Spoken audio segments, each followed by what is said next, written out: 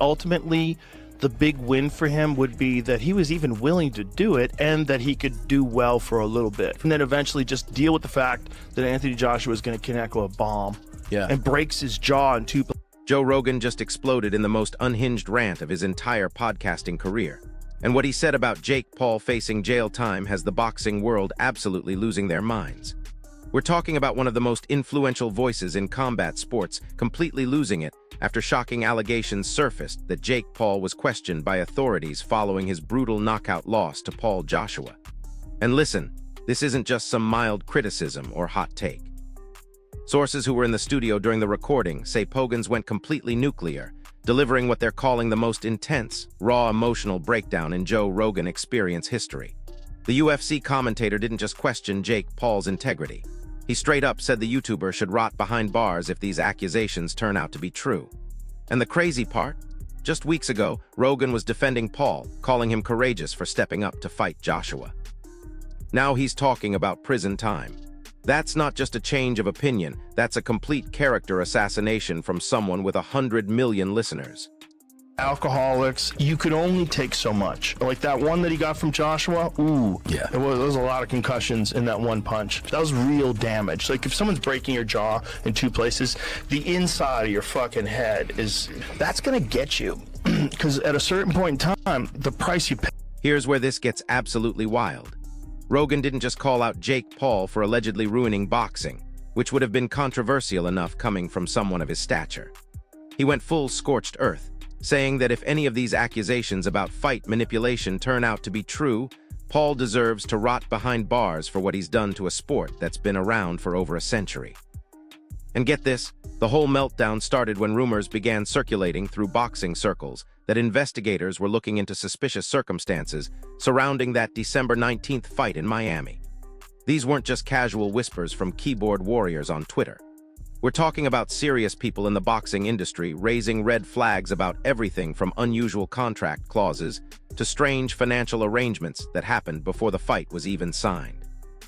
According to multiple sources who were present during Rogan's podcast recording, his reaction was so explosive that even his own production team was shocked by the level of raw emotion he displayed. One insider described it as watching someone's faith in combat sports completely shatter in real time. There's maybe 4, 5, 6, 7 Anthony Joshuas that can punch, that can avoid punches, that know what they're doing in the ring. So Jake will struggle at top level, but he has a place in boxing if he wants to stay, in my opinion. So credit to him and his team for getting him this far. But wait, it gets worse. Despite Jake Paul's team threatening lawsuits against anyone making these accusations, which they've been doing aggressively across social media and through legal channels, the controversy keeps growing. And here's the kicker. This whole mess started when boxing promoter Lou DiBella made a video that went viral, questioning whether Anthony Joshua gave his full effort against Jake Paul. DiBella didn't just suggest something was off. He flat out stated that Joshua was pulling punches and wasn't giving maximum effort from the opening bell. The video immediately exploded across boxing platforms, racking up millions of views within hours and sparking the massive controversy that's now consuming the entire sport. DiBella's accusations weren't just about one fight being questionable. He was essentially saying that the entire Jake Paul boxing experiment has been a carefully orchestrated show designed to fool casual fans while making insiders rich. And when someone with DiBella's reputation and decades of experience in the sport makes those kinds of statements, people listen. The boxing community took notice, and that's when everything started falling apart for Paul's team. People questioning, whether fights like this are quote-unquote real. Like Deontay Wilder said something. What's the simplest answer you give them? I give them a cease and desist letter in their email for lying on my name, and then the lawsuit's coming right after because these people won't stop lying. Now here's what makes this situation absolutely insane. Joe Rogan was actually one of the people defending Jake Paul before the fight happened. He praised Paul for having the guts to step up against such a dangerous opponent like Anthony Joshua, calling it one of the craziest propositions in combat sports history. Rogan specifically said that Paul deserved respect for taking such a massive risk against a real heavyweight champion after fighting a 58-year-old Mike Tyson.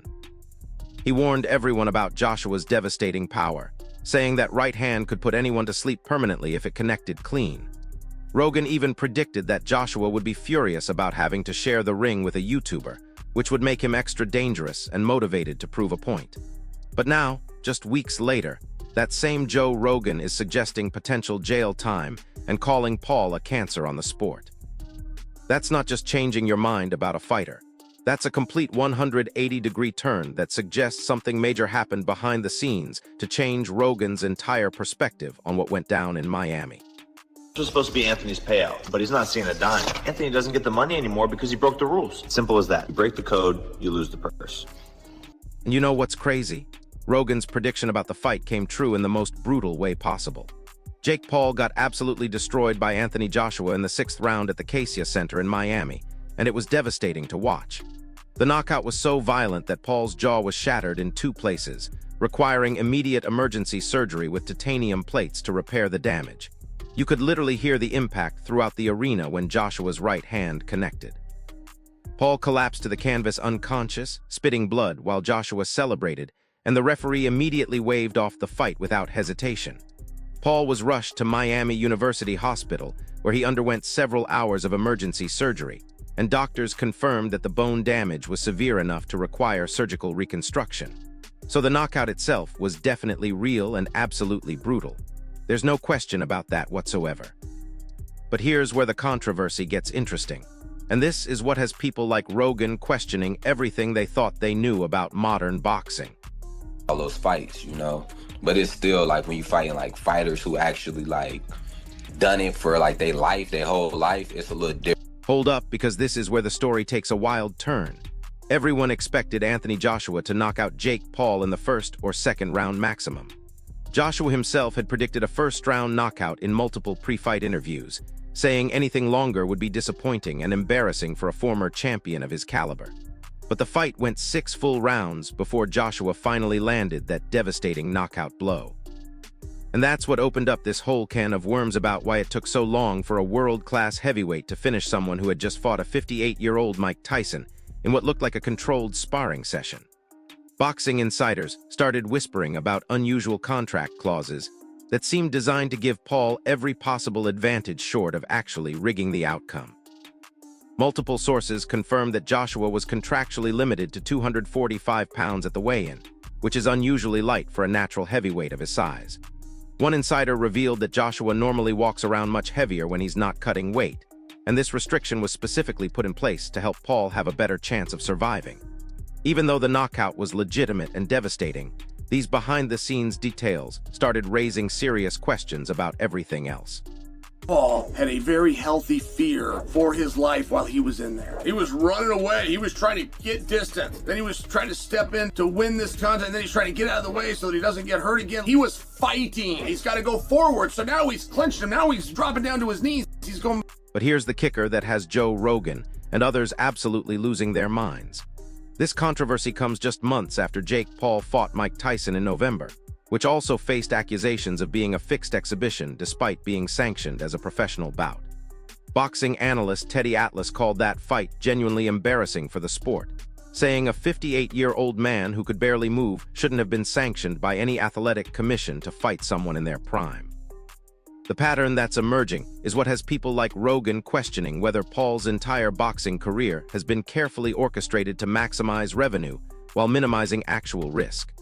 Paul has exclusively fought MMA fighters with no professional boxing experience, former NBA players who had never boxed professionally, and aging former champions well past their prime fighting years. It's almost common knowledge among hardcore boxing fans that Paul's team has carefully selected opponents to maximize his chances of winning, while generating maximum revenue from casual fans.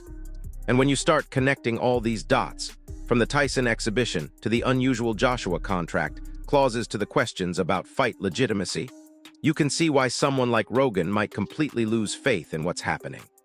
And then I got dropped. I was doing good. I just think my cardio, just the mental pressure of the big guy and sparring the big people is different than the 10-ounce gloves. So I was feeling his power a lot more, but it was a great experience. Like, I learned a lot in there.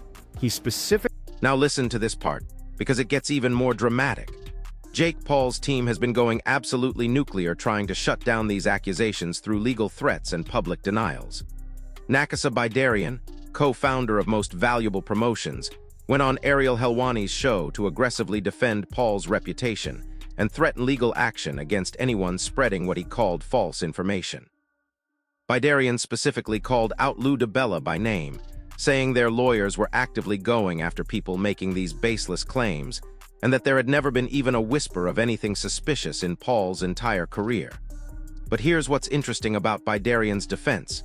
He acknowledged that the fight went longer than expected, even though Joshua had predicted a first-round knockout. He tried to explain this by saying the narrative changed as people realized Paul might actually survive a few rounds, but that explanation didn't satisfy critics who were already suspicious about the whole setup. The more aggressively Paul's team tries to silence these accusations through legal intimidation, the more people seem to believe there might be something worth investigating. And that's exactly what has Joe Rogan so fired up that he's talking about jail time. Everyone wondering about Jake's strategy. Most of the people don't know boxing, but I will outline one thing that even like I asked about. So like moving around the outside, to your point, like everyone's saying, oh, he ran the whole time. No, that's boxing. That's what Floyd Mayweather built his career off of. Especially when you're facing a bigger guy who controls the center of the ring. The only way to properly win is stay on your horse, pivot, switch directions, make a miss. Like that's the name of the game. That's elusiveness. That's evasion. That's good. And get this. Joe Rogan completely changed his perspective after hearing all these accusations and seeing how the boxing community was reacting. During a recent Joe Rogan Experience episode, he delivered what many describe as one of his most passionate and emotional commentaries ever recorded about combat sports and fighter safety. But sources claim he went much further than what's been widely reported, making statements about potential criminal activity in boxing that mainstream media hasn't picked up yet. Rogan specifically addressed the severe damage Paul suffered, explaining that the knockout punch from Joshua was like 10 punches worth of damage compressed into one devastating blow. He talked about the medical reality that most people don't understand, saying that if someone's breaking your jaw in 2 places with one punch, there's massive damage happening inside your head that we can't see. But then he apparently went even further, questioning where the line is between smart matchmaking and something more sinister. When you start putting weird restrictions and limitations on one fighter to help the other guy, at what point does it become more than just smart matchmaking and cross over into something that damages the sport's integrity? That's the question that has Rogan and others demanding answers. Was this fight set up? Was it a fix? Did something go on in this fight? Because how could it have went 6 rounds or 5.5 rounds? Come on, mate. Did you see that video? Watch that video again. It's going to play again after I've spoke. And tell me that that was set up. He got hit. Here's what nobody's talking about, and this is crucial. Boxing analyst Mike Ellis was more direct than Rogan in declaring that something needs to change about celebrity boxing before someone gets seriously hurt or killed. Ellis stated that when YouTubers are fighting world champions and questions arise about whether everything was legitimate, boxing loses all credibility with serious fans. The sport can't survive if every major fight gets accused of being rigged or influenced by money, and either the industry cleans it up or watches boxing die a slow death. This isn't just about Jake Paul anymore. This is about the entire future of professional boxing, and whether casual fans will continue investing their money and attention in a sport they suspect might be manipulated for entertainment value rather than legitimate athletic competition. The stakes couldn't be higher, and that's why voices like Rogan are getting so emotional about what they see as a potential existential threat to combat sports integrity. When someone with Rogan's influence starts talking about jail time, that's not just criticism, that's a declaration of war against everything Jake Paul represents. Did Jake Paul reached out to you? Yeah, they reached out to the team. You know what I mean? They reached out to the team. What'd you think about that AJ fight? Well, we all knew it was gonna happen. I thought Jake was gonna win, bro. Huh? I did. Dude, Jake won the first 2 rounds. But wait, there's something way bigger happening behind the scenes that explains why this controversy has exploded the way it has. This is the eventual result of years of suspicion that's been building in the combat sports world since Paul first started his professional boxing career back in 2020. The questions began when Paul exclusively fought other YouTubers, then moved to MMA fighters with 0 professional boxing experience, former NBA players who had never boxed professionally, and aging former champions well past their prime. The pattern was so obvious that it became almost common knowledge among boxing fans that Rogan promotional team was carefully selecting opponents to maximize his chances of winning, while generating maximum revenue from casual fans who didn't understand the sport well enough to see what was happening. However, things reached a breaking point when Paul stepped up to fight Anthony Joshua, a fight that everyone expected to be completely one-sided from the opening bell. The fact that it took 6 full rounds for Joshua to finish, Paul has raised more questions than it answered, especially when combined with revelations about unusual contract clauses and weight restrictions that seemed designed to give Paul every possible advantage. Respect to Jake, they both made $93 million each, which is an absolutely outrageous sum considering UFC top contenders barely scraped together $1 million a fight. But people carrying on, wow, what a warrior, big respect to Jake. You gotta view this like a WWE script. Look at the facial expressions of Logan and Jake. No one is taking this match seriously. It's all for entertainment. People will talk about, wow, but he broke his jaw, you know, big respect to Jake. And here's where it gets absolutely wild. The brutal knockout in round 6 was supposed to end all controversy and prove that Paul was in a legitimate fight against real competition at the highest level. You can't fake a broken jaw that requires emergency surgery with titanium plates, and Paul absorbed the full force of Joshua's devastating right hand because there was simply no way to avoid the inevitable anymore. It happened when Joshua cornered Paul against the ropes in the 6th round and unleashed a perfect right hand that connected flush on the jaw with tremendous force. One ringside doctor confirmed that Paul's jaw was shattered in 2 places, stating that this was legitimate damage that couldn't be faked under any circumstances. Fans on social media acknowledged this, with one post getting thousands of likes saying that regardless of conspiracy theories about earlier rounds, the knockout was 100% real and devastating. Another fan joked that if Paul was bribing anyone to go easy on him, he got the worst deal in history because his jaw was completely broken and he'd be drinking through a straw for Christmas. But here's the problem that has people like Joe Rogan so upset. Even legitimate knockouts can happen in fights that have questionable circumstances leading up to them. Everyone's laughing at Jake Paul when Jake Paul's laughing at everybody else. You know, everyone's making fun of him. He's laughing at us, not we're laughing at him. You know, he's just laughed himself to the bank. Even before that fight, you know, he's an unbelievable businessman, which is exactly what he is. To do what he's done, to drag Mike Tyson into the ring. So here's my question for you, and I want you to really think about this. We've got Joe Rogan going from defending Jake Paul's courage to suggesting he should face jail time. We've got boxing insiders raising questions about unusual contracts and suspicious circumstances. We've got a pattern of carefully selected opponents followed by a fight that lasted way longer than anyone expected before ending in a legitimate but devastating knockout. Put it all together, and you've got the biggest controversy in modern boxing, with one of the sport's most influential voices calling for criminal investigations. The truth is, this isn't just about one fight or one fighter anymore. This is about the future of boxing itself, and whether the sport can survive the celebrity circus that's taken over. Do you think there's something worth investigating here, or is this just jealous insiders trying to tear down someone who brought new fans to the sport? Are we watching legitimate athletic competition, or elaborate entertainment designed to separate casual fans from their money? Drop your thoughts in the comments below because this controversy is far from over.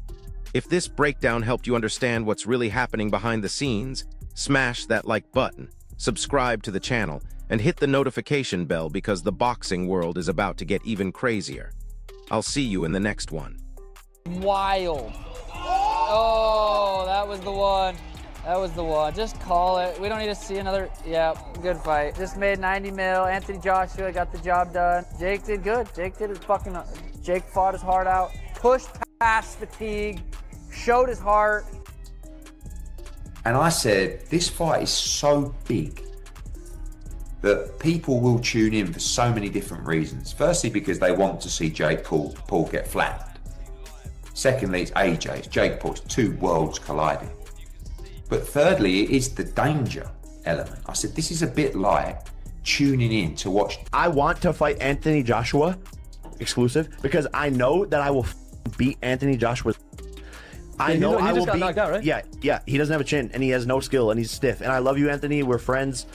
But I want to fight you. I will beat Canelo. I will beat a lot of